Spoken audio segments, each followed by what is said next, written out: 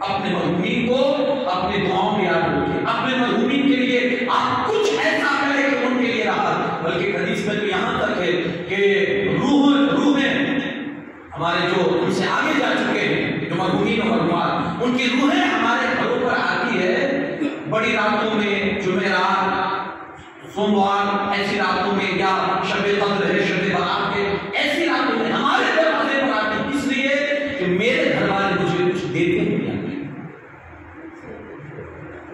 کوئی ضرورت نہیں ہے کہ آپ صرف یہ 10واں 20ویں کی مجلسی کو قائم کریں، ہاں یہ کریں لیکن فارمیلٹی کے لیے نہیں، بلکہ حقیقت مانو میں اس بندے کو اصالہ ثواب کرنے کے لیے کہ زندگی گزاری ہے تو آپ اس کے لیے ہم کچھ ایسا کریں کہ اس کی آخرت کی زندگی آسان ہو۔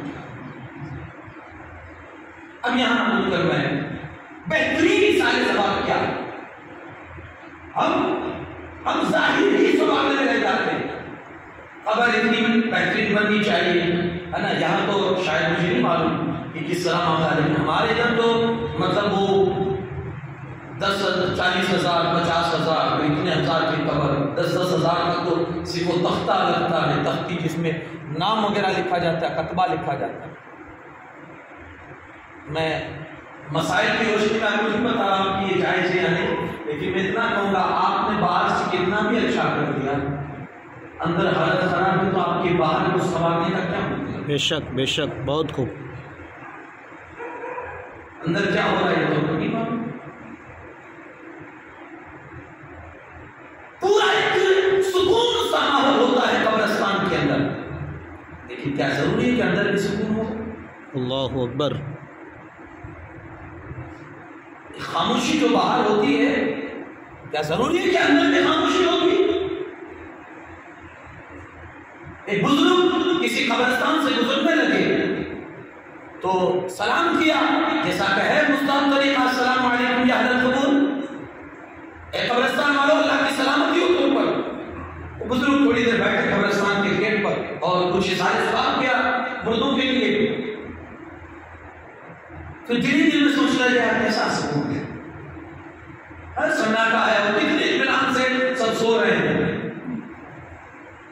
اندر سے مردے کو اللہ نے بولنے کی طاقت دی، چونکہ سامنے جو بیٹھا تھا وہ بھی اللہ کا ولی تھا، تو پردے تو ہمارے لیے ہوتے ہیں نا، پردے عام کے لیے ہوتے ہیں، خاص کے لیے تو پردے نہیں ہوتے، تو ایک بندہ اس میں سے قبر میں سے بولتا، حضور آپ کو کس نے کہہ دیا کہ ہم آرام سے، آپ کو کس نے کہہ دیا کہ ہم آرام سے اور آرام کی زندگی گزار رہے ہیں؟ تو حضور نے کہا آرام سے نہیں ہو، حضور نے کہا آرام سے نہیں ہو، کہا نہیں، جو دنیا میں سوئے تھے نا یہاں آ کر اس کی سزا بھگت رہے ہیں۔ اللہ اکبر۔ دنیا میں آرام کیے نا اس کی سزا بھگت رہے ہیں آ کر، آپ سے جس نے کہہ دیا کہ ہم اطمینان سے، تو کوئی ضروری نہیں کہ وہ سکون جو باہر سے نظر آتا ہے اندر بھی سکون ہو۔ پتا نہیں کس کی قبر جل رہی ہوگی، کس کی سلگ رہی ہوگی، کس کی قبر میں سانپ اور بچھو ڈنک مارے ہوں گے، کوئی نہیں کہہ سکتا میرے بھائی، کچھ تو احساس کرو کہ اندر کچھ وہ خدا ہے جو کائنات میں اور ہم نے ہماری نظروں میں جو کبھی نہیں محسوس کیا، جو کبھی نہیں دیکھا۔ کچھ ایسا کرو کہ قبر کی زندگی سدھر سکے، کچھ ایسا کرو کہ اندرونی ماحول پربہار ہو سکے، اندرونی ماحول، ورنہ باہر آپ کچھ بھی کرو اس کا کوئی میننگ نہیں، کوئی فائدہ نہیں۔ تو بہترین مثال ثواب کیا ہے؟ دیکھیں انسان پر کچھ حقوق اللہ کے ہوتے ہیں اور کچھ حقوق بندوں کے ہوتے ہیں۔ اللہ کے حقوق کو حقوق اللہ، نماز، روزہ، حج و زکات، اور حقوق العباد بندوں کے حق، کہ کسی کا کچھ ہڑپ تو نہیں کبھی جائے، کسی کا مال رکھ کے قرضے کے طور پر لیا تھا واپس کیا بھی یا نہیں، یہ حقوق العباد میں سے آتا ہے۔ ضرورت حقوق اللہ، مرنے والے کی نمازیں سب کمپلیٹ ہیں، مرنے والے نے مکمل روزے رکھے، میں یہ بہترین مثال ثواب آپ کو بتا رہا ہوں۔ ہاں زیارت کی مجلس آپ رکھنی چاہیے، میں منع نہیں کرتا، 10واں 20واں برسی سب کچھ کر سکتے ہیں، شریعت میں اس کی منع نہیں ہے، لیکن اس کے ساتھ ساتھ یہ بھی تو کریں اللہ کا حق اس نے باقی رکھا تھا، اب اس کے حوالے سے حکم کیا ہے؟ رب چاہے گا وہ معاف کرے گا۔ بے شک اور چاہے گا تو عذاب دے گا. آپ کی نمازیں باقی ہیں, آپ کے روزے باقی ہیں, آپ کا حج فرض تھا, آپ کا حج باقی ہے. اللہ چاہے گا تو معاف, کیونکہ اس کا اپنا ہے معاملہ, بندے کا اس کا, وہ چاہے گا تو معاف کرے گا, نہیں چاہے گا تو عذاب دے گا. مرنے والے سب سے بہتر طریقہ میں یہ بتا رہا ہوں آپ کو کہ پہلے اس کی نمازوں کا فدیہ نکالیں. 70 سال جیا, 80 سال جیا, 60 سال جیا, اس کی زندگی کا کیلکولیشن لگائیں کہ 12 سال اس کے بچپن کے نکال دیجیے آپ, 12 سال سے پھر اس کی کتنی نمازیں, اگر کچھ نہیں پڑھی تو آپ پھر اس کا حساب ہو جائے. ایک نماز کا صدقہ فطرہ, فطرہ جو نکالتی فطرے کی رقم, ایک نماز کا, وہ آپ کو ایک نماز کے حوالے سے نکالتی. ظہر فجر کی نماز کا ایک فطرہ, ظہر کی نماز کا ایک فطرہ, عشاء کی نماز کا, عصر کی نماز کا, مغرب کی نماز کا, ٹوٹل یہ ہو جائیں گے 5 فطرے اور ایک وتر کا 6. اب اگر میں مثال کے طور پر سمجھا رہا ہوں کہ مارکیٹ کے حساب سے کیا ہے, میں نہیں بتانا چاہتے, یہ نہیں بتا رہا ہوں, بلکہ یہ صرف یہ حساب, مثال کے طور پر 50 روپے ایک نماز کے بنتے ہیں, تو آپ مثال لگائیے 5 نماز کے 250 روپے, اور پھر وتر کو آپ لے لیجیے تو 300 روپے, ایک دن کے پر ڈے 300 روپے. اب آپ مثال لگائیے مہینے کے کتنے ہوں گے, سال کے کتنے ہوں گے, 50 سال کے کتنے ہوں گے. اللہ اکبر. لیکن شریعت نے یہاں بھی ہمیں تنہا نہیں چھوڑا, سبحان اللہ, یہاں بھی تنہا نہیں چھوڑا. اب مان لو کہ آپ جب کیلکولیشن لگائیں کسی کی عمر 60 سال کی ہے نا, تو اماؤنٹ جائے گا 50 لاکھ, 60 لاکھ, 80 لاکھ. ہر کسی کی طاقت میں نہیں کہ اتنی رقم ایک ساتھ فدیے کی نکال دے, تو وہاں شریعت نے ہمیں ہیلے کا حکم دیا. سبحان اللہ. آپ ہلا دیں, جی, کسی غریب کو آپ تھوڑی سی رقم, آپ کے ہاتھ میں لاکھ روپے ہے, کسی غریب کو نہیں, بہت یہ کرنا چاہیے, یہ کرنا چاہیے. بے شک, والدین کی جو حقوق ہم پر ہے نا, ہم زندگی میں نہیں چکا سکتے, لیکن یہ کرنا چاہیے. آپ کسی غریب کو 2 لاکھ روپیہ دے کہ میں اپنے باپ کے نماز کا فدیہ تجھے دے رہا ہوں, اور اس سے پہلے بات چیت کر لیں کہ میں تجھے دوں گا کہ مجھے واپس تحفے میں دے دے, جی, مجھے واپس تحفے میں دے دینا. واپس یہ آپ نے لاکھ روپے دیے, اس نے آپ کو واپس تحفے میں دے دیے. اتنی بار یہ لینا دینا کرو کہ 60 لاکھ روپے ہو جائے. سبحان اللہ, بہت آپ کا بہت فدیہ دیا تھا 1 لاکھ روپے میں, پھر اس کو خوش کرنے کے لیے کچھ رقم دے دیجیے. کچھ لوگ کہتے ہیں یار یہ تو چھیترپنڈی, جی, کچھ لوگ کہتے ہیں یہ تو یار یہ تو رمان ہوا, یہ نہیں ہوتی تو مذاق ہوا. میرے بھائی یہی طریقہ اللہ نے قرآن میں ہم کو بتایا ہے. سبحان اللہ, سبحان یہ اللہ. طریقہ قرآن سے اللہ نے ہیلے کا جو ہمیں بتایا ہے کہ جب ایوب علیہ السلام نے قسم کھائی تھی کہ میں اپنی بیوی کو 100 کوڑے ماروں گا, جی, 100 کوڑے ماروں گا اپنی بیوی کو. ایوب علیہ السلام نے یہ قسم کھائی تھی, جب بیمار ہوئے تو سب نے ساتھ چھوڑ دیا, تنہا بیوی تھی جس نے آخری دم تک آپ کا ساتھ نبھایا تھا اس بیماری میں بھی. تو حضرت ایوب کو بعد میں جب شفا ہو گئی تو احساس ہوا کہ یار میں نے قسم تو کھا لی ہے, اس کو کوڑے ماروں گا, اور یہ بیوی ہے جو اتنی وفادار ہے کہ اس نے اب تک ساتھ نہیں چھوڑا, تو 100 کوڑے کیسے ماروں. اللہ کی بات میں دعا کی, بولا کوئی راستہ نکال دے, واہ واہ, کہ میں 100 کوڑے بھی نہ ماروں اور میری بیوی بچ بھی جائے, اور میرا جو میری قسم ہے وہ بھی پوری ہو جائے, مجھے کفارہ نہ دینا پڑے. یہ قسم کھائی. قرآن پاک پڑھیے, اللہ نے قرآن پاک ہی میں یہ راستہ بتایا ہے. ایوب ایک جھاڑو لے لو جس میں 100 تیلیاں ہو, ایک جھاڑو لے لو جس میں 100 تیلیاں ہو, اور ایک مرتبہ جھاڑو کو اپنی بیوی کو مار دو, تمہاری قسم بھی پوری ہو جائے. سبحان اللہ, سبحان اللہ. اب اس کو آپ کیا کہیں گے؟ بلا ہمارے علماء فرماتے ہیں کہ اس طرح سے آپ اپنے ماں باپ کے حوالے سے, اپنے رشتے دار, اپنے دوست و احباب, اللہ نے آپ کو دیا ہے. دیکھیے آپ کی رقم آج ہے, کل واپس ہو سکتا ہے, آ جائے, لیکن وہ چیز ہے کہ اس کا سکون اس کو واپس مل جائے. اس کی نمازوں کا فدیہ آپ نکالیں, اس کے روزوں کا آپ اس نے جو کچھ بھی اپنی زندگی میں جو فرائض میں کوتاہی کی ہے اس کو آپ کمپلیٹ کیجئے, اسے آپ کلیئر کیجئے, تو حقوق اللہ کی اس طرح سے ادائیگی ہو جائے گی. دوسری چیز, یہ تو حقوق اللہ ہے, حقوق العباد, بندوں کا حق, یہ کسی صورت میں بھی معاف نہیں, کسی صورت میں. بلکہ شہید کے حوالے سے ہے کہ اللہ اس کے ہر معاملات کو معاف کر دے گا، لیکن کسی کا قرض ہوگا تو قرضہ شہید پر بھی معاف نہیں ہے۔ بہت کلیئر کرنے کی زندگی کی آپ کوشش کرو کہ کسی کا بھی ہم پر نہ رہے۔ یہ بہت بڑا مدعا اللہ کے رسول صلی اللہ علیہ وسلم کے زمانے میں اگر کسی کی موت ہو جاتی، حضور کی بارگاہ میں آپ کے حضور نماز جنازہ آپ تشریف لائیں، نماز جنازہ پڑھائیں، جنازہ حاضر ہے، سب سے پہلا سوال جو ہمارے اور تمہارے آقا فرماتے تھے وہ یہی ہوتا تھا، مرنے والے پر قرضہ ہے یا نہیں؟ اللہ اکبر۔ سب سے پہلا سوال۔ لوگ کہتے ہیں جی حضور مرنے والے پر قرضہ ہے، تو پھر حضور دوسرا سوال کرتے رقم چھوڑی نہیں کچھ؟ عرض کرتے ہاں، تو پھر حضور آگے پڑھتے نماز پڑھاتے فرماتے اس کی رقم سے اس کا قرضہ چکوا لیں۔ پھر کوئی جنازہ آتا قرضہ ہے جی ہے، کہا اس نے پیچھے کچھ چھوڑا ہے؟ کہا نہیں۔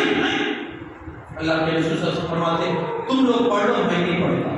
اوہ اللہ اکبر۔ تم لوگ پڑھ لو میں نہیں پڑھتا۔ تب پھر کوئی حضور کا صحابی کھڑے ہو جاتے۔ ایک دفعہ حضرت ابو قتادہ تھے، وہ کھڑے ہو گئے، کوئی جنازہ تھا، حضور علیہ السلام نے انکار کر دیا کہ میں نہیں پڑھتا۔ کھڑے ہو گئے، حضور جانے لگے تو وہ صحابی کھڑے ہو گئے، عرض کرتے یا رسول اللہ صلی اللہ علیہ وسلم اس پر جتنا قرضہ ہے نا وہ سب ذمہ داری میں لے رہا ہوں، اب آپ پڑھائیں۔ یہ معاف نہیں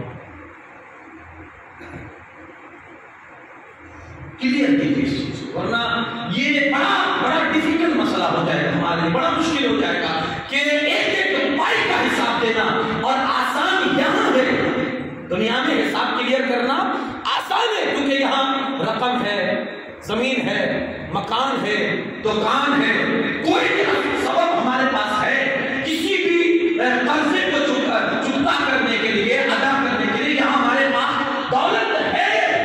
وہاں کا مسئلہ یہ ہے کہ اگر آپ کو قرضہ چکانا ہوگا وہاں صورت دوسری ہوگی۔ وہاں کی صورت کیا ہوگی؟ اللہ پاک دونوں کو سامنے کھڑا کرے گا، کتنے مانگتے ہو؟ کہا لاکھ روپے۔ اللہ فرمائے گا چل دے، وہ اس میں مولا پیسہ تو کچھ نہیں، تو اللہ فرمائے گا نیکیاں تو ہے نا، چل نیکیاں ہیں۔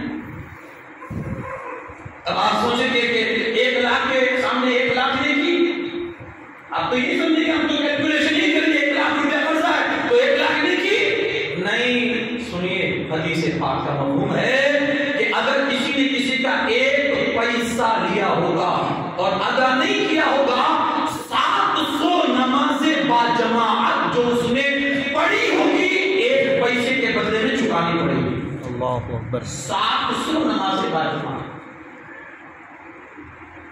اب 1 لاکھ کا کوئی بھی حساب ہوتا ہے، میں پیسے کی بات کرتا ہوں، روپے میں کتنے پیسے ہوتے ہیں اب آپ اندازہ لگا سکتے ہیں۔ 1 پیسہ 700 نماز، وہ بھی جو جماعت کے ساتھ پڑھی۔ اللہ فرمایا چل دے، کہا ہمارا پیسہ نہیں کا، نیکیاں تو ہے، نیکیاں دے۔ اس کی نیکیاں اٹھا کے اس کو دی جائے گی، اور جب نیکیاں ختم ہو جائے گی لیکن ابھی اس کا قرضہ ختم نہیں ہوا تو اللہ فرمائے گا کہا مولا کچھ بھی نہیں، نیکیاں بھی ختم ہو گئی۔ تو پھر اللہ پاک اس کے گناہ جو مانگ رہا تھا پیسے، اس کے گناہ اٹھا کر جس نے پیسے لیے تھے اس پر ڈال دیں۔ بڑا مشکل، یہ بڑا مشکل ہے۔ تو یہ بہترین مثال ثواب ہے کہ اگر ہمارا مرحوم باپ اگر مرتا ہے، ہمارے والدہ کا انتقال ہوتا ہے، ہمارے بھائی کا انتقال ہوتا ہے، ہمارے دوست احباب میں سے کسی کا انتقال ہوتا ہے، تو ہم اس کے لیے اتنا تو کریں، اور یقین کے ساتھ اگر یہ کریں گے کہ آج ہم نے اگر اس کے لیے کچھ کیا تو کل ہمارے پیچھے بھی کوئی کرنے والا ہوگا، تو یقین مانیے آپ کے پیچھے بھی کوئی ہوگا جو آپ کے لیے ایسا کرے گا۔ ایک حدیث پاک ہے ماں باپ کے حوالے سے کہ حدیث پاک میں نا کہ روزانہ جائیے ماں باپ کی قبروں پر، روز نہیں جا سکتے ہفتے میں ایک بار ضرور جائیے، عادت بنا لیجیے ماں باپ کے لیے دعائیں مغفرت کرنا چھوڑیے مت، کیونکہ جو اپنے ماں باپ کے لیے دعائیں مغفرت چھوڑ دیتا ہے اللہ اس کی روزی میں تنگی ڈال دے گا۔ جائیے، جاتے رہیے قبروں پر، فائدہ کیا ہوگا؟ حضور علیہ السلام فرماتے ہیں تم جاتے رہو گے، تمہارے مرنے کے بعد کوئی آئے یا نہ آئے اللہ کے فرشتے تمہاری قبر کی زیارت کو آئیں۔ سبحان اللہ، سبحان اللہ۔ کوئی آئے اللہ کے فرشتے چلتا ہے.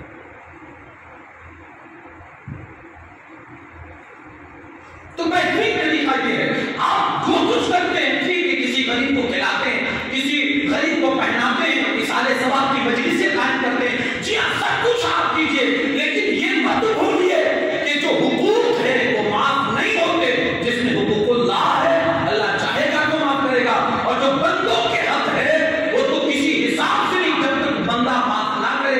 یار بڑا آسان ہے تھا کسی کے سامنے ہاتھ جوڑ کر معافی مانگ لینا، اللہ کے لیے معاف کر دے. بڑا مشکل ہوگا کہ جب وہاں ہر کسی کو لالچ ہوگی، ہر کسی کو لالچ ہوگی کہ اس کی نیکیاں مجھے مل جائے، اس کی نیکیاں مجھے مل جائے، اس کی نیکیاں مجھے مل جائے، ہر کوئی لالچی ہوگا. وہاں اس وقت آپ کو یہ رقم کے بدلے میں، قرضے کے بدلے میں آپ کو نیکیاں چکانی پڑے گی. بڑا مشکل ہوگا. ایک بندہ کہیں انتقال جب اس کا ہوا تو اس کو خواب میں کسی نے دیکھا، اللہ نے تیرے ساتھ کیا سلوک کیا؟ تو کہا ابھی بھی جنت کے دروازے پر کھڑا ہوں، نو انٹری ہے. وجہ تو کہا یار میں ایک گاؤں میں دعوت میں گیا، جب واپس آنے لگا تو ایک مائی بیٹھی ہوئی تھی لکڑیوں کا گٹھا لے. اب مجھے ایسا محسوس ہوا کہ وہ اٹھانا چاہتی ہے لیکن وہ اٹھا نہیں پا رہی. تو میں نے اس کی مدد کے طور پر کہا مائی اٹھا دوں، تو کہا یار وہاں گھر تک پہنچا دینا، اللہ تیرا بھلا کرے.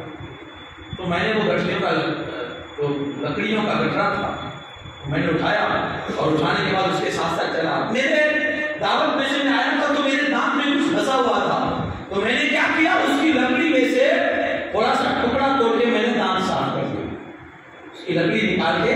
اور میں نے اس مائی سے پوچھا نہیں اور معاف بھی نہیں کروایا، میں نے پوچھا بھی نہیں، معاف بھی نہیں. اب جب مرا نا تو اللہ پاک کی بارگاہ میں حاضر، اللہ فرماتا ہے وہ جو لکڑیوں کے گٹھری میں سے جو تو نے لکڑی کا ٹکڑا توڑ کے جو دانت صاف کیا تھا وہ تو نے معاف نہیں کروایا. جب تک معاف نہیں کروائے گا جنت میں تیری کا انٹری نہیں ہو سکتی ہے.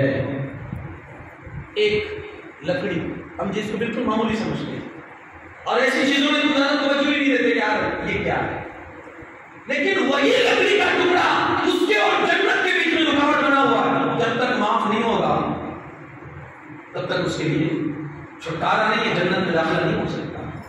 تو یہ تھوڑی چھوٹی چھوٹی سی باتیں ہم جس کو معمولی سمجھتے ہیں، لیکن یہی ہماری مغفرت میں رکاوٹ بن جائے گی، یہی ہمارے جنت میں داخلے میں رکاوٹ بن جائے گی، یہی ہماری بخشش کے لیے رکاوٹ بن. خدا کوشش کیجیے جتنا ہو سکے جہاں دنیا ہی میں اپنے معاملات کو کلیئر کیجیے. ہمارے پاس کسی کا فیصلہ نہیں، بڑا مشکل مسئلہ. تو بہترین نشان ثواب میں عرض کرا تھا حقوق العباد، حقوق اللہ. اللہ کی جو نمازیں باقی ہو، اگر آپ کے مرحوم والد کا انتقال ہوا ہے آپ ان کے لیے بہترین نشان ثواب کر سکتے ہیں. اور اگر حقوق العباد باقی ہے تو آپ کھڑے ہو کر اعلان کیجیے جب تنازع ہوئے کہ بھائی کسی کی دل آزاری مرحوم نے کی ہو یا مرحومہ نے کی ہو، کسی کا دل دکھایا ہو، اللہ کے لیے معاف کر دینا. اگر اس مرحوم پر کسی کا قرضہ ہو، کوئی رقم مانگتا ہو تو وہ معاف کرنا چاہے تو اللہ کے لیے معاف کر دے، کیونکہ حدیث میں ہے جو دنیا میں جتنی جلدی لوگوں کو معاف کرے گا اللہ قیامت میں اتنی ہی جلدی اس کو معاف فرما دے گا. سبحان اللہ.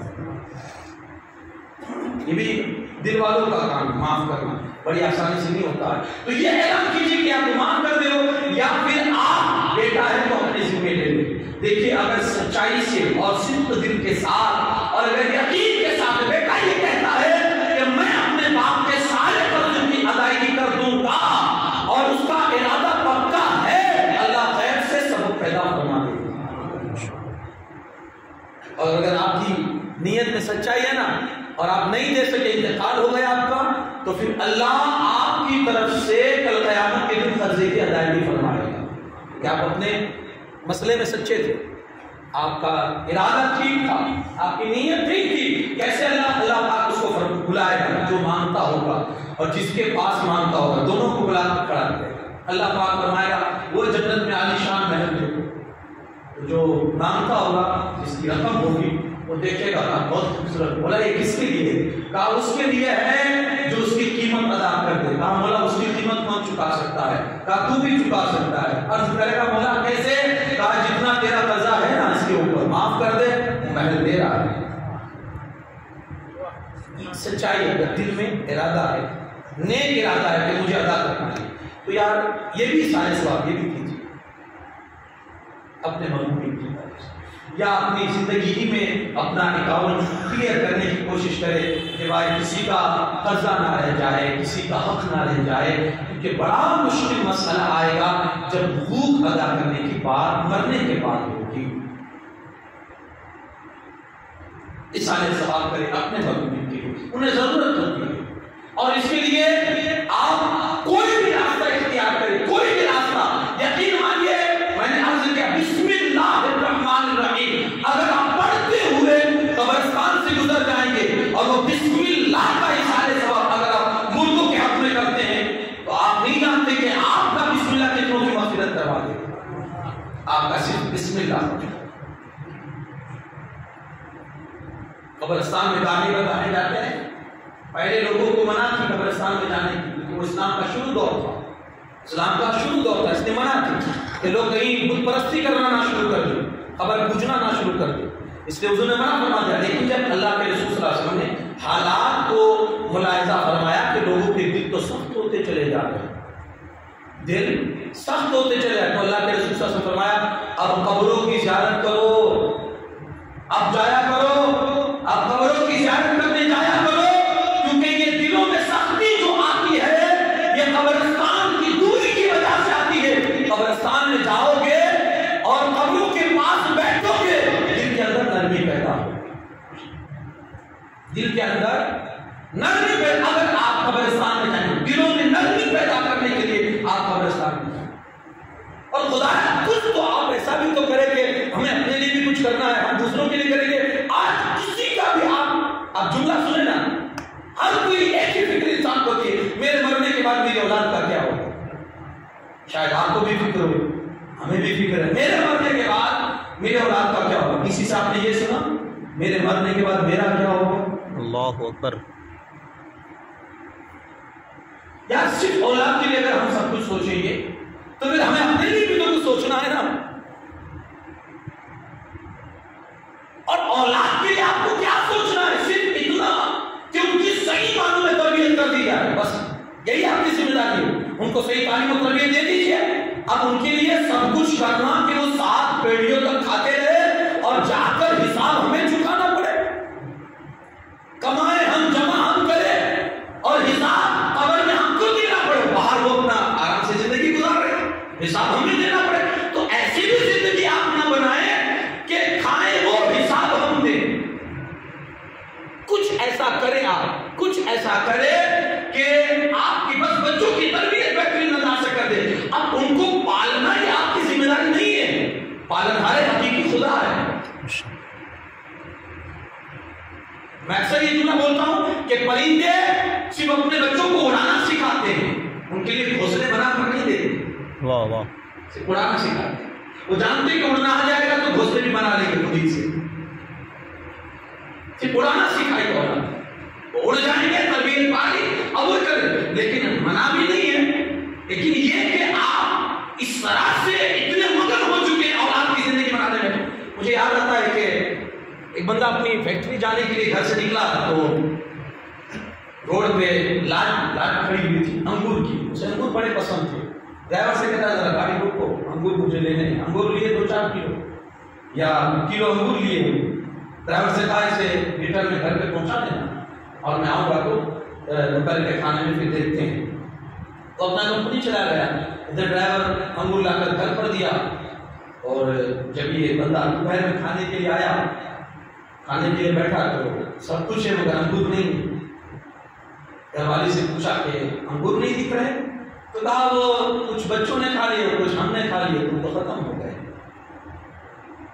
یہ بات سوچنے میں تو بالکل معمولی ہے، لیکن کبھی کبھی معمولی جھٹکے انسان کی زندگی بدل دیتے ہیں۔ بات سوچنے میں بہت معمولی ہے، انگور بچوں نے کھا لیے، بہت بڑی بات نہیں، لیکن کبھی کبھی معمولی جھٹکا انسان کی زندگی کے رخ کو بدل دیتا ہے۔ اب وہ کھڑا ہوا، کباڑ میں گیا، بیگ نکالا اور نوٹوں کی گڈیاں نکال کر بیگ بھرنے لگا، کھانا نہیں کھایا اور بند کر کے اپنے 2-4 نوکروں کو ساتھ میں بٹھاتا گاڑی کو باہر نکل۔ گھر والے حیرت سے دیکھنے لگے کہاں جا رہا ہے, کیا ہے, کوئی کیا مسئلہ, کیا ہوا؟ اچانک ایسے ہی کھڑے ہو گئے. یہ گیا سیدھا اور کسی کانٹریکٹر سے ملا کہ یار مجھے پلاٹ چاہیے بہترین, اچھے لوکیشن میں ہو اور بہترین اچھا ہو, اور ایک انجینئر ہو جو اسی وقت میرے کام کی شروعات کر دے. تو اب جو دل میں نیت سچی ہوتی ہے نا تو اللہ پھر راستے آسان کر دیتا ہے. نیت صحیح تھی اس کی, کانٹریکٹر بھی اچھا مل گیا, زمین بھی موقع کی اچھی مل گئی, پلانٹ بھی اچھے لوکیشن والی مل گیا. اب اس نے کیا کیا, کام شروع کر دیا, اور اتنی تیزی سے کام شروع کر دیا. کیا بنا رہا ہے؟ اللہ کا گھر مسجد. سبحان اللہ, سبحان اللہ.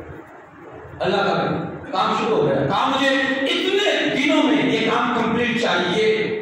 اب سب کچھ ارینج کرنے کے بعد پھر وہ شام کو اپنے گھر آئے. سب کچھ ارینج کرنے کے بعد شام کو گھر آیا تو بیوی نے پوچھا اچانک کس طرح آپ نکل گئے, کچھ بتایا بھی نہیں آپ نے, اور اس طرح نکل گئے آپ, مسئلہ کیا تھا؟ تو کہا اپنی آخرت کا انتظام کرنے گیا تھا. تم لوگ کو میرے لیے 4 انگور نہیں بچا سکتے اور میں پوری دنیا تمہارے لیے چھوڑ کے جا رہا ہوں. کیا کہا اس نے؟ تم لوگ 4 انگور نہیں چھوڑ سکے میرے لیے اور میں پوری دنیا چھوڑ کے تمہارے لیے جا رہا تھا, تجوریاں بھر کے جا رہا تھا تمہارے لیے, اور تم 4 انگور نہیں بچا سکتے. اور تم سے اور کیا امید کر سکتا ہوں؟ تو سوچا ہے اپنے لیے بھی تو کچھ کرو نا. گیا اللہ کا گھر بنا دیا ہے, اپنی آخرت کا انتظام کر دیا ہے, اب دل میں تھوڑا سکون ہے. سبحان اللہ, سبحان اللہ. بالکل ہم دوسروں کی زندگی میں, دوسروں کی لائف میں اتنا مگن ہو جائے کہ اپنی زندگی کو, کل ہمیں بھی سونا ہے نا, کوئی لوگ کہتے ہیں نا کوئی کسی کی قبر میں نہیں سونا ہے. جی ہاں, کوئی نہیں آئے گا, لیکن آپ کا عمل اچھا ہوگا نا, اور آپ نے کسی کے ساتھ اگر کوئی اچھا عمل کیا نا تو وہ عمل آپ کے ساتھ قبر میں آئے گا سننے کے لیے. حدیث میں ہے انسان کے 3 دوست ہیں. ایک وہ دوست آنکھ بند ہوئی رشتہ ختم, دوسرا وہ دوست قبر کے آخری تختے تک آپ کا ساتھ دیتا ہے, اور تیسرا وہ دوست جو قبر میں بھی آپ کا ساتھ دیتا ہے. وہ دوست جو صرف آنکھ بند ہونے تک آپ کا ساتھی ہے, آپ کا دوست ہے, آپ کے ساتھ ہے, وہ آپ کا مال اور دولت ہے. ادھر آنکھ بند نہیں, ادھر دوسروں کے لیے ہو گیا. وہ دوست جو آپ کے قبر تک آپ کا ساتھ دیتا ہے, وہ آپ کے دوست, احباب, رشتے دار, عزیز و اقارب ہے, آپ کے اپنے ہیں, کہ آخری وقت تک ساتھ میں رہتے ہیں, قبر کے آخری تختے تک آپ کے ساتھ ہوتے ہیں, لیکن کوئی آپ کی قبر میں آپ کے ساتھ نہیں سوتا. تیسرا وہ دوست ہے وہ آپ کے نیک اعمال ہیں جو قبر میں بھی آپ کے ساتھ آتے ہیں. تو یہ کچھ ایسے عمل اپنے ساتھ رکھیے. قرآن اسی کو کہتا ہے وَلْتَنْظُرْ نَفْسٌ مَا قَدَّمَتْ لِغَدٍ. ہر انسان یہ دیکھے کہ اس نے آگے کے لیے کیا چھوڑا ہے, آگے کیا بھیجا ہے. ہر انسان یہ سوچے, اور یہ ہماری اپنی ذمہ داری ہے کہ ہم اپنی آخرت کو سنبھالیں, ہم اپنی زندگی کو بنائیں. جی ہاں, ورنہ ہم ہی کو بھگتنا ہے, ہمیں ہی حساب دینا ہے. تو کچھ ایسے آپ اعمال کیجیے. وہ حدیث پاک میں نا, جب انسان مر جاتا ہے تو اللہ اس کے نیکیوں کو, اس کی برائیوں کو شکل دیتا ہے, شکل دے دیتا ہے. ایک بزرگ, ان کو سفر کرنا ہوا, کہیں جانا ہوا, تو انہوں نے وہ پرندے, 2 پرندے انہوں نے پال کے رکھے تھے.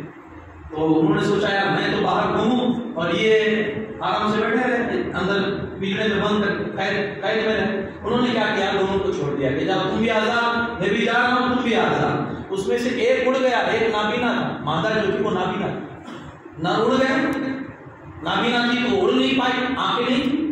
اب میں نے بزرگ کر کے میں نے کیا دیکھا کہ تھوڑی دیر کے بعد وہ نر جو تھا اپنی چونچ میں ایک لکڑی کا ٹکڑا لے کر آیا, اور اس نے آ کر وہ مادہ کی آنکھ میں جیسے ہی لکڑی گھمائی نا تو اس کی آنکھیں آ گئی. سبحان اللہ. اب وہ لکڑی میں کیا کما تھا, اب وہ لکڑی پھینک کے دونوں اڑ گئے. مجھے حیرت ہوئی کہ یار یہ لکڑی میں ایسا کما. میں نے لکڑی اٹھا کر اپنے امامے کے اندر ڈال دی. اب میں نکلا, میں راستے میں جا رہا تھا, ایک جنازہ مجھے دکھا. لیکن حیرت یہ ہوئی کہ جنازے کے آگے 2 آدمی لڑ رہے ہیں, بڑی بری طرح سے لڑ رہے ہیں. ایک بہت کالا ہے اور ایک بہت سفید ہے, ایک بہت کالا ہے, بہت گورا ہے. دونوں کی لڑائی دیکھ کر مجھے حیرت ہوئی کہ یار یہ عجیب مسئلہ ہے کہ جنازہ جا رہا ہے اور یہ دونوں لڑ رہے ہیں اور کوئی انہیں بولتا بھی نہیں ہے. اخیر یہ ہوا, نماز جنازہ ہوئی, پھر اس کے بعد جنازے کو قبر کے پاس لے جایا گیا. جب اس کو ان کی لڑائی شروع ہو گئی, جب مردے کو قبر میں اتارنے لگے نا تو وہ جو گورا تھا اس نے کالے کو پچھاڑ دیا اور خود قبر میں اس کے ساتھ مردے کے ساتھ جانے لگا. تو وہ بزرگ کہتے ہیں میں نے ہاتھ پکڑے, اللہ کے لیے بتا کون ہے اور یہ لڑائی تمہاری اور یہ اندر کیوں جا رہے ہو؟ تو کہا حضور میں اس بندے کی نیکیاں, جب بندہ مر جاتا ہے اللہ اس کی نیکیوں کو اس کے گناہوں کو شکلیں دیتا ہے.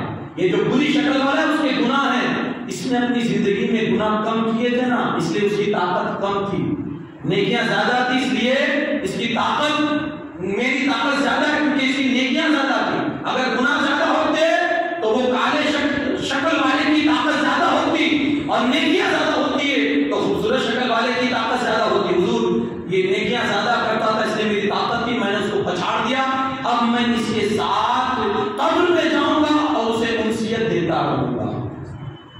اگر چاہتے ہو قبر میں کوئی وہ کہتے ہیں نا ساتھی دار, واقعہ ہماری واقعہ جائیں قبرستان جائیں, اس سے بھی ایک ذہن بنتا ہے, اس سے بھی ایک وہ کہ ہمارے اکثر اکابر کو ہم نے دیکھا ہے کہ وہ قبرستان میں بیٹھنے کی عادت بناتے تھے. کہا کیوں؟ کہا یار یہاں آتے ہیں تو دل تھوڑا صاف ہو جاتا ہے.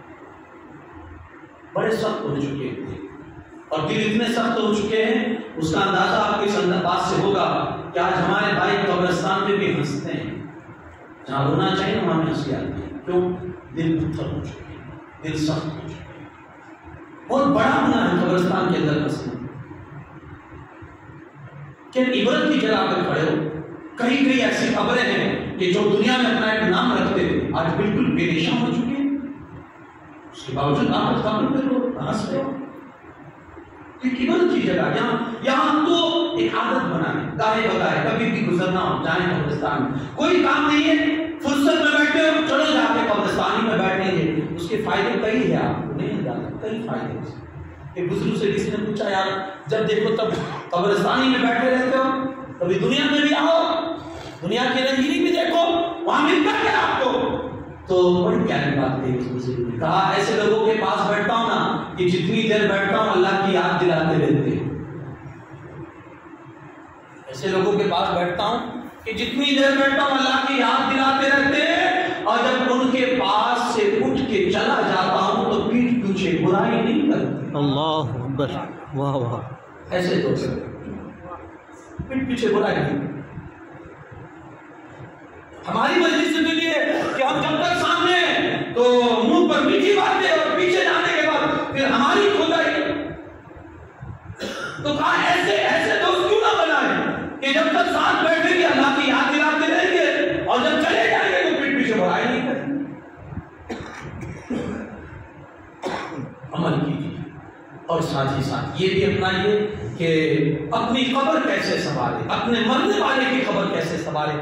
وہ بزرگ کسی قبرستان میں کسی جنازے کے ساتھ گئے تھے, ان کی تو زندگی بھی عجیب ہوتی ہے, نرالی ہوتی ہے, اور ان کی عادتیں ایسی ہوتی ہیں, ان کے اخلاق ایسے ہوتے ہیں کہ جس سے ایک ایک خلق سے ان کے لیے ہمارے لیے عبرت ہوتی ہے, ان کی ایک ایک خلق سے, ان کی ایک ایک عادت سے. تو گئے جنازے میں, نماز جنازہ ہوئی اور لوگوں نے دفن کیا مردے کو. پھر جب سب جانے لگے نا تو بزرگ نے اس قبر کے پاس کھڑے ہو کر لوگوں کو بلایا, رکو رکو, کیا مسئلہ ہے, کیا بات ہے, کہا رکو ادھر آؤ. سب لوگ آئے, متوجہ ہو گئے کیا ہوا, کچھ پرابلم آ گئی. تو بزرگ نے کہا یار سوال کرنا چاہتا ہوں. کہا کیا؟ کہا اگر یہ مردہ ابھی قبر سے نکلے, اللہ اس کو واپس زندگی دے تو یہ کرے گا کیا؟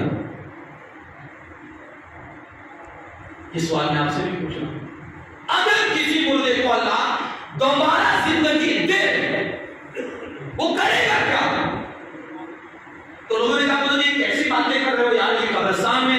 تو یہ کہتے ہیں یار میں بھی تو انسان ہوں نا, اس لیے پوچھ رہا ہوں. اگر اسے فرصت ملے, موقع ملے کہ دوبارہ اللہ اس کو زندگی دے تو یہ کرے گا کیا؟ تو ادھر سے ایک بھائی کی آواز آئی, تو یہ تو پھر زندگی میں نمازی بن جائے گا, ادھر سے صدقہ کرے گا, ادھر سے نیک بن جائے گا, ادھر سے اللہ کی کوئی نافرمانی نہیں کرے گا.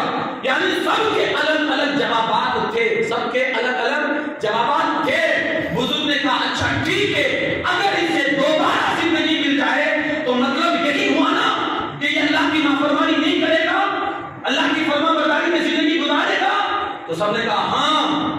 بزرگ نے کہا لیکن رونا اس بات کا ہے کہ اب وہ یہ نہیں کر سکتا کیونکہ دوبارہ نہیں آ سکتا، لیکن تم کر سکتے ہو کیونکہ تم پہاڑ ہو، تم یہ کر سکتے ہو، تم پہاڑ۔ وہ نہیں کر سکتا کیونکہ اندر ہے اور اسے دوبارہ زندگی نہیں مل سکتی کیونکہ اب مر چکا، حساب کتاب اب اس کا ہونا ہے، لیکن تمہارا تو باقی ہے، تم تو باہر ہو، تمہیں تو موقع میسر ہے، تم تو کر سکتے ہو، تو کہا کم سے کم اتنا تو کرو کہ یار ہمیں موقع ہے اور ہم جائیں گے قبر میں، اس جانے سے پہلے ہم تو کچھ اپنے لیے کریں۔ آنکھ کھولنے کے لیے بہت کچھ ہمارے پاس ہے، عبرت حاصل کرنے کے لیے بہت کچھ ہمارے پاس ہے، یہ زندگی ہے، اللہ نے بہت انمول زندگی سے ہمیں نوازا ہے اور ہم ہے کہ زندگی کی کوئی ویلیوشن ہمارے نزدیک نہیں ہے، اور ایسے ہی ہم دنوں رات کو ایسے گزار دیتے ہیں کہ جیسے اس کی کوئی قیمت نہیں۔ پرانے زمانے میں عمریں بڑی لمبی ہوتی تھی، ہے نا، 1000 سال، 800 سال، 700 سال، تو ان لوگوں کے سامنے ان کے نبی نے ایک مرتبہ بتایا کہ آخر ایک زمانہ آئے گا تو ان لوگوں کی عمر 60-70 سال کی ہوگی۔ کتنے سال کی؟ 60-70 سال۔ وہ حیرت کرنے لگے، 60-70 سال بس اتنی عمر ہوگی؟ تو اس نبی نے کہا آخری زمانہ آئے گا، اور یہ ہماری بات ہو رہی ہے کہ آخری زمانہ آئے گا، ان کی عمریں کتنی ہوگی؟ 60-70 بڑھ کے ایسی 100، بس اتنی۔ تو 100 تو ان کے لیے کچھ نہیں تھا، 100 ان کے لیے کچھ نہیں تھا، کیونکہ 800 سال کی عمر کا مطلب، تو ان کی نظر میں 100 تو کچھ نہیں تھا۔ تو اس میں سے کسی نے بولا حضور اگر اتنی عمر ہم کو ملے نا تو ہم ایک سجدے میں ہی گزار ڈالیں، ایک سجدے میں گزار ڈالیں اگر وہ عمر ہم کو ملے، یعنی 60-70 سال، یعنی کچھ یہ بھی تو کرنا ہے، کچھ یہ بھی تو کرنا ہے۔ ہم نے کوئی اہمیت ہی نہیں دی، ہمارے پاس 12 گھنٹے اپنی اولاد کے کمانے کے لیے 10 منٹ نہیں ہے اللہ کی بارگاہ میں آنے کے لیے، 10 منٹ نہیں۔ یہ جو پیریڈ ہے ہمارا، یہ دنیاوی زندگی کا پیریڈ، یہ ہے اس امتحان کی تیاری کرنے کے لیے جو اللہ کی طرف سے قبر میں لیا جائے گا۔ یار 3 سوال ہے اور تینوں سوال اوپر ہو چکے ہیں، تینوں کا جواب بھی جانتے ہیں، لیکن بڑا مشکل ہوگا جواب جانتے ہوئے بھی جواب یاد نہ آنا، بے شک بڑا مشکل ہوگا۔ تمہارا رب کون ہے سب جانتے ہیں، تمہارا دین کیا ہے سب جانتے ہیں، حضور علیہ السلام کے بارے میں کیا کہا کرتے تھے سب جانتے ہیں، لیکن پھر بھی مشکل ہو جائے گا۔ اور انہی 3 جواب پر، انہی 3 سوال اور جواب پر ہماری آخرت کا معاملہ پورا ڈیپینڈ رکھتا ہے۔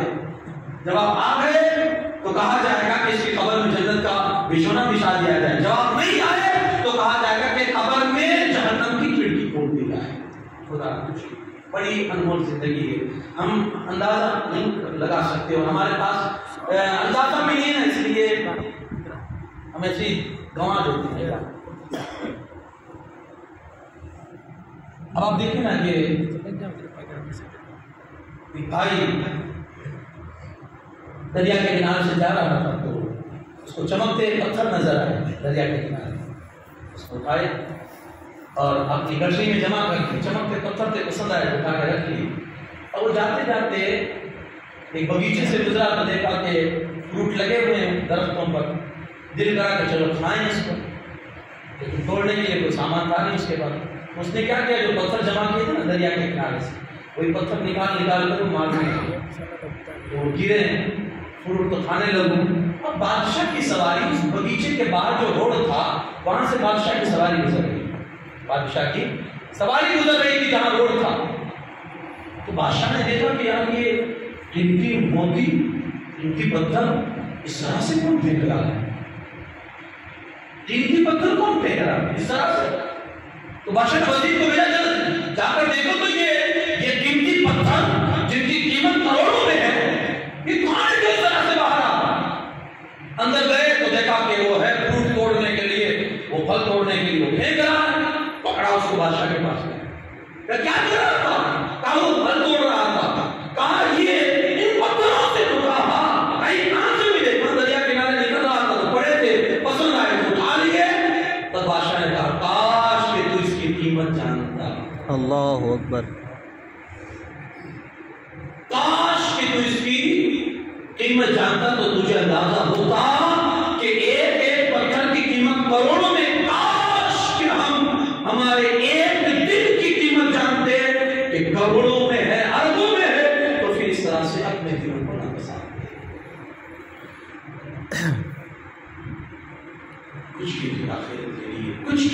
کے لیے کچھ کیجیے، اس کل کے لیے جس کل کے جیسا کسی نے کل نہیں دیکھا، اس کے لیے کچھ کیجیے اور اپنے مومنین کو اپنی دعاؤں میں یاد رکھیے۔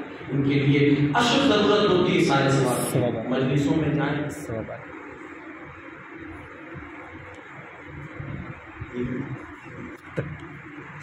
15 منٹ پھر موقع نہیں ملے گا حضور آپ کا، موقع تو نہیں ملے گا، مجھے موقع نہیں ملے گا۔ اللهم صل على سيدنا مولانا محمد معدن الجود والكرم وعلى آله وأصحابه وبارك وسلم۔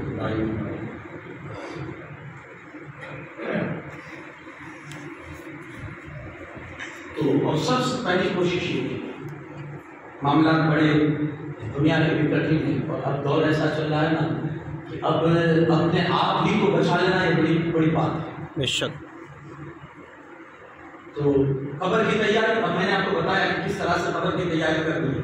ہاں تختہ کوئی آپ کی قبر پہ لگائے یا نہ لگائے، نام لگائے یا نہ لگائے، ٹائلس اور ماربل چاہے مکرانہ سے لائے چاہے کہیں سے لائے، کوئی لگائے یا نہ لگائے، اگر اندرونی قبر کی زندگی کو اگر کوئی سنوار رہا ہے تو یہ بہترین کام کر رہا ہے۔ باہر کی زندگی پر مت جاؤ، یہ لوگ دیکھیں گے کہ بہت عالیشان اس نے اپنے باپ کی قبر بنائی ہے، تو یہ صحیح بات ہے کہ آپ بنا رہے ہیں، لیکن اس کا کوئی مطلب نہیں ہے۔ مطلب یہ ہے کہ آپ اندرونی قبر کو سنائیں۔ اور سب سے بڑی بات یہ ہے کہ جب آپ قبر میں جائیں گے تو سب سے جو ضروری چیز ہوگی وہ ہے کہ آپ کا ایمان سلامت رہے۔ کوشش کیجیے، یہ سب سے بنیادی چیز ہے۔ جی ہاں، ہم زندگی کس طرح سے بھی گزارے اس سے کوئی مطلب نہیں ہے۔ دیکھیے اللہ رب العزت نے 4 کیٹیگری پر انسانوں کو پیدا فرمایا، یہ میں نے عرض کیا تھا اس جمعہ میں اس جگہ پر مسجد میں۔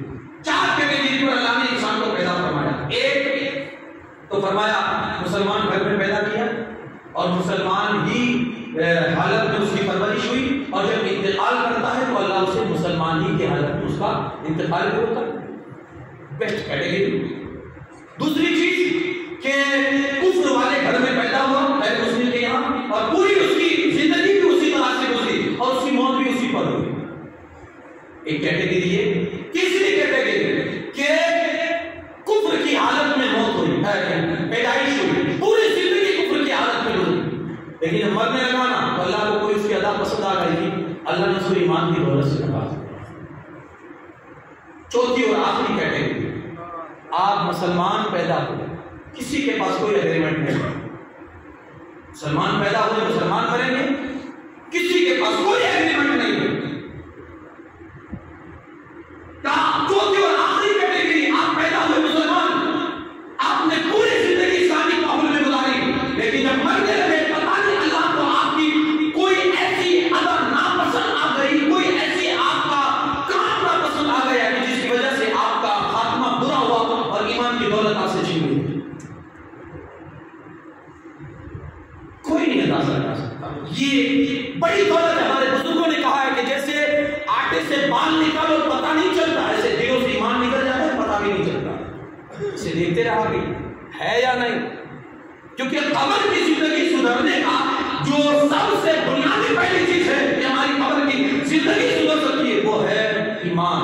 ایمان ہونا چاہیے، سلامت ہے تو آپ کی قبر بھی سلامت ہے۔ اعلیٰ حضرت عظیم البرکت مجدد دین و ملت اشاع امام احمد رضا خان فاضل بریلوی فرماتے ہیں کہ جس بندے کو دنیا میں اپنے ایمان کی فکر نہیں ہوتی، اکثر اس کا ایمان برا اور اس کا خاتمہ برا ہوتا ہے، اکثر اس کا خاتمہ، اس کی بھی فکر کہ مسلمان بن کے مرے گا نہیں۔ حضرت سفیان ثوری کے انتقال کا وقت آیا تو لوگ ان کے پاس گئے، بڑے دھاڑے مار مار کے رو رہے، بری طرح سے رو رہے تھے کہ مجلس کو بھی رونا آ گیا۔ تو حضرت سفیان ثوری سے ان کے مریدین کہنے لگے حضور اب تو چپ ہو جائیے، آپ اللہ کے نیک بندے، اللہ کے ولی، اور آپ اس طرح رو رہے، ہم آپ کے مرید، ہمیں طرح سارا آپ اس طرح رو رہے۔ تو حضرت سفیان ثوری بڑی پتے کی بات کہی کہ آپ نے کہا ہے کوئی جو مجھے لکھ کر دے دے، جو مجھے گارنٹی دے دے کہ میری موت ایمان پر ہوگی، ابھی رونا بند کر دیتا ہوں؟ ہے کسی کے پاس ایمان پر موت ہوگی؟ یار تھوڑی تھوڑی سی بات پر ہمارے علماء کرام فرماتے ہیں 4 چیزیں ہیں جس کی بنیاد پر خاتمہ برا ہوتا ہے۔ 4 چیزیں۔ ایک، نماز میں سستی، خاتمہ برا ہوتا ہے۔ جو بندہ دنیا میں رہ کر اللہ کی قبلے کی طرف رکھنا نہیں کرتا تو پھر اللہ اس سے مرنے کے بعد کہتا ہے جب دنیا میں نہیں کیا تو اب آ کر کیا کریں گے؟ تو پھر اگر آپ گھما بھی ہو اس کے چہرے کو قبر میں قبلہ کی طرف تو ایٹومیٹک وہ قبلہ سے بھول جاتا ہے۔ کوفہ میں حضرت علی کرم اللہ تعالیٰ وجہ کریم کے زمانے میں ایک ایسا ہی واقعہ ہوا تھا کہ لوگوں نے بہت کوشش کی کہ اس کے چہرے کو حکم ہے کہ جب کوئی مر جائے تو اسی وقت جب وہ اس کا انتقال ہو جائے تو اس کی چہرے کی دشا کو تھوڑا قبلہ کی طرف آپ کر اسی وقت، تاکہ پھر مرنے کے بعد جب بدن میں اکڑ آ جائے گی نا تو پھر وہ کرنا مشکل ہے۔ اسی وقت اگر آپ کر دیں گے جب اس کا انتقال ہوا ہے تو اس وقت آسانی کے ساتھ ہو جائے گا، مردے کو تکلیف بھی نہیں ہوگی۔ تو اسی وقت آپ کر دیں جب اس کا انتقال ہو، جیسے ہم آنکھیں بند کرتے ہیں، ہاتھ سیدھے کر دیتے ہیں، انگوٹھے باندھ دیتے ہیں، اسی وقت آپ کر دینا تاکہ وہ بعد میں تکلیف نہ ہو۔ تو حکم یہ ہے اب جب قبر میں رکھتے ہیں تو اس کے منہ کو، اس کی دشا کو، اس کی سمت کو قبلہ کی طرف کر دیتے ہیں۔ مولا علی کے زمانے میں جب ایک آدمی کو قبر میں رکھا گیا اور جب قبلہ کی سمت اس کا چہرہ جب کیا گیا نا ایٹومیٹک وہ قبلہ سے پھر گیا، تو انہوں نے واپس کوشش کی، واپس پھر گیا، پھر کوشش کی، واپس گھوم گیا۔ تو لوگوں نے حضرت علی کو بلایا کہ حضور ایسا ایسا مسئلہ ہوا۔ حضرت علی کرم اللہ تعالیٰ وجہ خود تشریف لائے، آپ نے اپنے ہاتھوں سے پکڑ کے گھمایا تو پھر ایٹومیٹک دوسری مرتبہ کوشش کی، آواز آئی علی رہنے دو، جتنا بھی گھماؤ گے قبلہ سے ہٹ جائے گا، کیونکہ جو دنیا میں اپنا چہرہ قبلہ کی طرف نہیں رکھتا مرنے کے بعد اس کے چہرے کو قبلہ کی سمت نہیں ہونے دیتے۔ اللہ اکبر، اللہ اکبر۔ کہاں نماز میں سستی، اکثر خاتمہ برا ہوتا ہے۔ دوسری چیز کسی مسلمان کی بے عزتی کرنا، ذلیل کرنا اسے بہت بڑا گناہ ہے۔ آپ مشکات شریف اٹھا کر دیکھیں نا، حضور علیہ السلام فرماتے ہیں مسلم من سلم المسلمون من لسانی، مسلمان وہ ہے جس کی زبان اور جس کے ہاتھ سے دوسرے مسلمان محفوظ ہے۔ دوسرے لوگ سلامت، مسلمان کا ڈیفینیشن یہ ہے، مسلمان کی تعریف یہ ہے دوسرے مسلمان سلامت ہے۔ اب اگر کسی کو آپ کی طرف سے کوئی اذیت پہنچی ہے، اگر آپ نے کسی کو ایذا پہنچائی ہے تو پھر یاد رکھنا کہ پھر آپ کے تکلیف پہنچانا آپ کی ایمان کو برباد نہ کرے۔ تیسری چیز شراب نوشی کی عادت، یہ بھی ایمان کو برباد کرتی ہے۔ شراب نوشی کی عادت، حضرت فضیل بن عیاض رضی اللہ تعالیٰ عنہ کا ایک شاگرد تھا اور پہنچی ہوئی شخصیت، جس کو ہم اپنی زبان میں کہتے ہیں پہنچی ہوئی شخصیت، تو انتقال ہونے لگا تو حضرت فضیل بن عیاض گئے اس کے پاس، سورہ یاسین کی تلاوت شروع کی کہ بھائی جاگنی میں آسانی ہو جائے، سکرات میں آسانی ہو جائے۔ جیسے یاسین شریف شروع کی تو اس نے رکوا دیا، حضور رہنے دی، مجھے تکلیف ہو رہی ہے۔ یاسین شریف پڑھنے سے تکلیف ہو رہی، آپ نے بند کر دیا، آپ نے کہا کہ کلمے کی تلقین شروع کی کہ لا الہ الا اللہ محمد رسول اللہ پڑھتے رہیے۔ تو پھر اس نے کہا حضور رہنے دیجیے۔ اس کا طریقہ ہے کہ وہ جب مرنے لگے تو اس کے پاس جا کر اتنی آواز سے آپ کلمہ پڑھو کہ اس کو سنائی دے، تاکہ وہ بھی کلمہ پڑھ لے، ہے نا۔ کسی کو یہ بتانا پڑتا ہے، یاد دلانا پڑتا ہے، لیکن ایسے بھی گزرے ہیں جنہیں ہمیشہ یاد رہتا ہے۔ سبحان اللہ، سبحان جنید اللہ۔ بغدادی کے جب وصال کا وقت قریب آیا نا، جنید بغدادی کے، تو کسی نے آ کر کلمے کی تلقین شروع کی کہ حضور کلمہ پڑھیے لا الہ الا اللہ محمد رسول اللہ۔ سکرات کے عالم میں، اس میں تھے سکرات کے عالم میں تھے جنید بغدادی، لیکن اس کیفیت میں بھی جب اس بندے نے کہا کہ حضور کلمہ پڑھ لو، آخری بات آپ کی کلمہ ہونا چاہیے، تو آنکھیں کھول دی جنید بغدادی، آنکھیں کھول دی اور فرماتے ہیں کیا کہہ رہا ہے کہ میں کلمے کو یاد کر لوں؟ ارے بھولا ہی کب ہوں کہ یاد کر سکوں؟ سبحان اللہ، سبحان اللہ۔ ہم بھولے ہی کب ہے، یہ تو ہمیں یاد دلا رہا ہے۔ تو ایسے بھی لوگ ہوتے ہیں، تو مستقل طریقہ یہ ہے کہ کلمہ یاد دلائیں تاکہ وہ کلمہ اس کی زبان پر اس کا آخری جملہ کلمہ ہو، اس کا آخری جملہ، تاکہ اس کی، اور حدیث پاک ہے کہ جس کا آخری جملہ یہ ہوا لا الہ الا اللہ محمد رسول اللہ، اللہ اس پر جنت کو واجب قرار دیتا ہے۔ تو کہا حضرت فضیل بن عیاض نے، میں نے اس کی کلمے کی تلقین کی تو وہ بھی اس نے رکوا دی کہ حضور رہنے دیجیے، میں ان ساری چیزوں سے بیزار ہوں، مجھے ان کا کوئی ان سے مطلب نہیں۔ یہ جملہ کہا موت ہو گئی، بڑا افسوس ہوا فضیل بن عیاض کو۔ 40 دن تک اس کے غم میں روئے کہ یار میرا شاگرد اور اللہ کے ولیوں جیسا رہا کرتا، تو اس کی زندگی اتنی اچھی تھی اور اس کی موت بری کیوں ہوئی؟ تو ایک دن خواب میں دیکھا فرشتے اس کو گھسیٹتے ہوئے جہنم میں لے جا رہے، روکا اور پوچھا یار اتنا نیک تھا پھر یہ جہنم میں جانے کا سبب کیسے بنا؟ تو کہا حضور وجہ یہ ہوئی کہ ایک تو میرے اندر چغلی کی عادت تھی، ادھر کی ادھر لگانا، ادھر کی اگر میں نے اس سے بڑا عذاب ہوتا ہے اس بات کا، چغلی ادھر سے ادھر۔ وہ میں نے جو شروع میں حدیث بتائی نا کہ حضور علیہ السلام گئے اور 2 قبروں پر ڈالیاں رکھی، تو اس میں جو عذاب جس دنیا پہ ہو رہا تھا حضور فرماتے ہیں ایک پیشاب کے چھینٹوں سے نہیں بچا کرتا تھا اور دوسرے کے اندر چغلی کی عادت تھی۔ یعنی ہم جس کو نارملی سمجھتے ہیں، معمولی سمجھتے ہیں، ان پر بھی گرفت ہوتی ہے قبر کے اندر۔ تو کہا حضور ایک چغلی کی عادت تھی ادھر سے ادھر لگانا، اور دوسری چیز میری عادت یہ تھی مجھے بیماری تھی اور ڈاکٹر نے یہ کہا تھا کہ تمہیں سال میں 1 مرتبہ شراب کا گلاس پینا ہے، 1 مرتبہ، تم پورا سال اپنی بیماری سے محفوظ رہو گے۔ تو میں شراب اپنی بیماری سے بچنے کے لیے صرف سال میں 1 گلاس پیتا تھا، آج اس 1 گلاس کی نحوست یہ ہوئی کہ میرا ایمان نہیں تھا، ایمان نہیں تھا۔ تو یہ سب سے پہلی چیز، نماز میں سستی ایمان جا سکتا ہے، مسلمان کو تکلیف دینا ایمان برباد ہو سکتا ہے، شراب نوشی کی عادت رکھنا ایمان برباد ہو سکتا ہے۔ چوتھی چیز، ماں باپ کو تکلیف دینا، ان کو تکلیف پہنچانا، ان کے ساتھ زیادتی کرنا ایمان برباد ہو سکتا ہے۔ اور کئی ایسے واقعات کتابوں میں بھرے پڑے ہیں کہ ماں باپ کا نافرمان تھا تو آخر میں کلمہ بھی زبان پر جاری نہیں ہو سکا، آپ نے سنا۔ یہ چیزیں ایمان بچانے کی کوشش ہے، بہت اشد ضرورت ہے کہ آدمی ایمان سلامت لے کر دنیا سے جائے، کیونکہ سارا دار و مدار اسی پر ہے نا۔ ہمارے پاس کوئی ایگریمنٹ بھی نہیں ہے اور ہم کوئی اتنے بڑے اہم اس پر نہیں ہے کہ ہم یہ دعویٰ کر سکیں کہ انشاءاللہ ہمارے ساتھ یہ ہوگا، لیکن ایک امید ہے اور امید رکھنی بھی چاہیے، ہے نا۔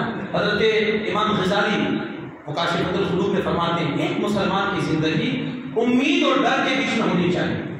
آخری بات سنیں انشاءاللہ، ایک مسلمان کی زندگی امید اور ڈر کے بیچ میں ہونی چاہیے۔ ہوا کیسے؟ کہا امید ہونی چاہیے میرا رب معاف کرے گا، لیکن ڈر بھی ہونا چاہیے، پتہ نہیں کیا ہو، ڈر بھی ہونا چاہیے۔ اچھا امید اور ڈر کب ہونا چاہیے؟ آپ پوری زندگی ڈر، امید زندگی میں نہیں ہے نا، ہم زندگی میں امید کر لیتے ہیں، آپ امید زندگی میں، پوری زندگی ڈر، اور جب مرنے لگو نا تو پھر امید۔ سبحان اللہ سبحان اللہ۔ میرا رب میرے ساتھ بہت حضرت عمر فاروق اعظم فرماتے ہیں اگر قیامت کے دن آواز اللہ لگائے نا، اللہ قیامت کے دن آواز لگائے نا کہ سب کے سب جہنمی ہے، دوزخی ہے، فقط ایک بندہ جنتی ہے، باقی سب جہنمی دوزخی ہے۔ حضرت عمر کہتے ہیں مجھے اللہ سے امید ہوتی کہ وہ ایک بندہ میں ہوں گا۔ سبحان اللہ سبحان اللہ۔ کیوں امید؟ اور اگر یہ آواز نکلے کہ سارے کے سارے جنتی ہے، فقط ایک بندہ دوزخی ہے، جہنمی ہے، حضرت عمر فرماتے ہیں میں ڈرتا رہوں گا کہ وہ ایک بندہ میں تو نہیں ہوں۔ اللہ اکبر۔